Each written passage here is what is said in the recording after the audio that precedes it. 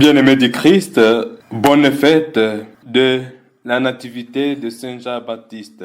Permettez-moi de vous partager le fruit de ma méditation en cette solennité de Saint Jean-Baptiste. Première lecture. Lecture du livre du prophète Ésaïe. Écoutez-moi, île lointaine, peuple éloigné, soyez attentifs. J'étais encore dans les seins maternels quand le Seigneur m'a appelé. J'étais encore dans les entrailles de ma mère quand il a prononcé mon nom. Il a fait de ma bouche une épée tranchante. Il m'a protégé par l'ombre de sa main. Il a fait de moi une flèche acérée. Il m'a caché dans son carquois. Il m'a dit, tu es mon serviteur, Israël. En toi, je manifesterai ma splendeur. Et moi, je disais, je me suis fatigué pour rien. C'est pour le néant. C'est en pure perte que j'ai usé mes forces. Et pourtant, mon droit subsistait auprès du Seigneur, ma récompense auprès de mon Dieu. Maintenant, le Seigneur parle, lui qui m'a façonné dès le sein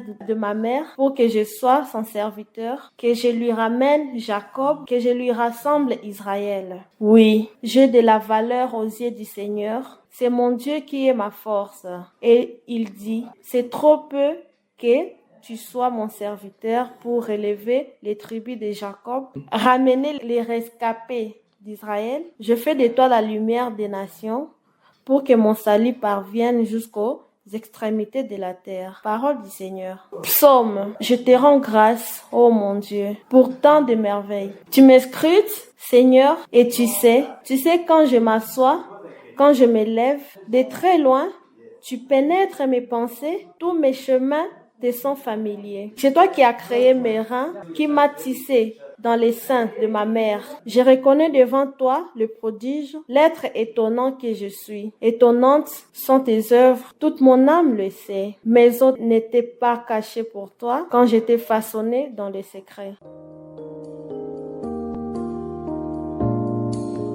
Deuxième lecture. Lecture du livre des Actes des Apôtres. En ces jours-là, dans la synagogue d'Antioche de Pisidie, Paul disait aux Juifs, Dieu a, pour nos pères, suscité David comme roi et il lui a rendu ses témoignages. J'ai trouvé David, fils de Jessé. C'est un homme selon mon cœur qui réalisera toutes mes volontés. De la descendance de David, Dieu, selon la promesse, a fait sortir un sauveur pour Israël, c'est Jésus, dont Jean-Baptiste a préparé l'avènement en proclamant avant lui un baptême de conversion pour tout le peuple d'Israël. Au moment d'achever sa course, Jean-Baptiste disait, « Ce que vous pensez que je suis, je ne le suis pas, mais le voici qui vient après moi et je ne suis pas digne de retirer les sandales de ses pieds. Vous, frères, les fils de la lignée d'Abraham, et ceux parmi vous qui craignent Dieu, c'est à nous que la parole du salut a été envoyée. » Parole du Seigneur.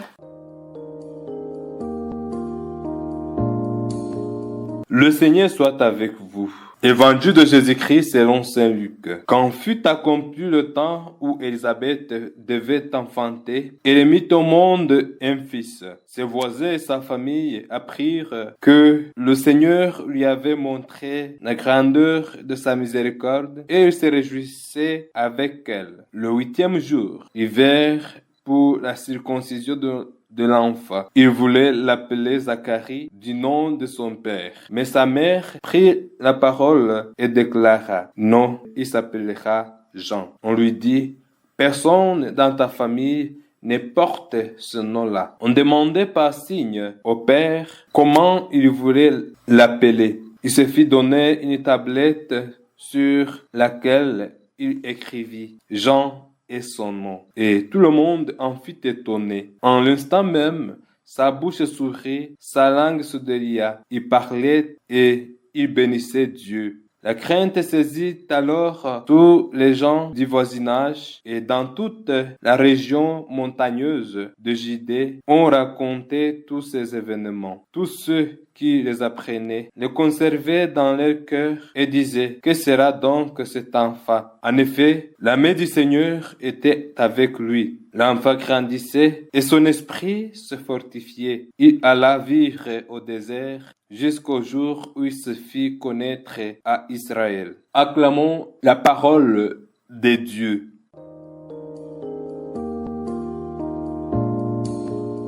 Bien-aimés du Christ, les lectures que l'Église de notre Mère soumet à notre méditation en cette fête de la Nativité de Saint Jean le Baptiste nous montrent et nous prouvent que notre Dieu est un Dieu de promesses. Dans la première lecture, Dieu a promis à Israël d'être une lumière de nation. Il est un Dieu qui promet la vie à ceux qui l'obéissent.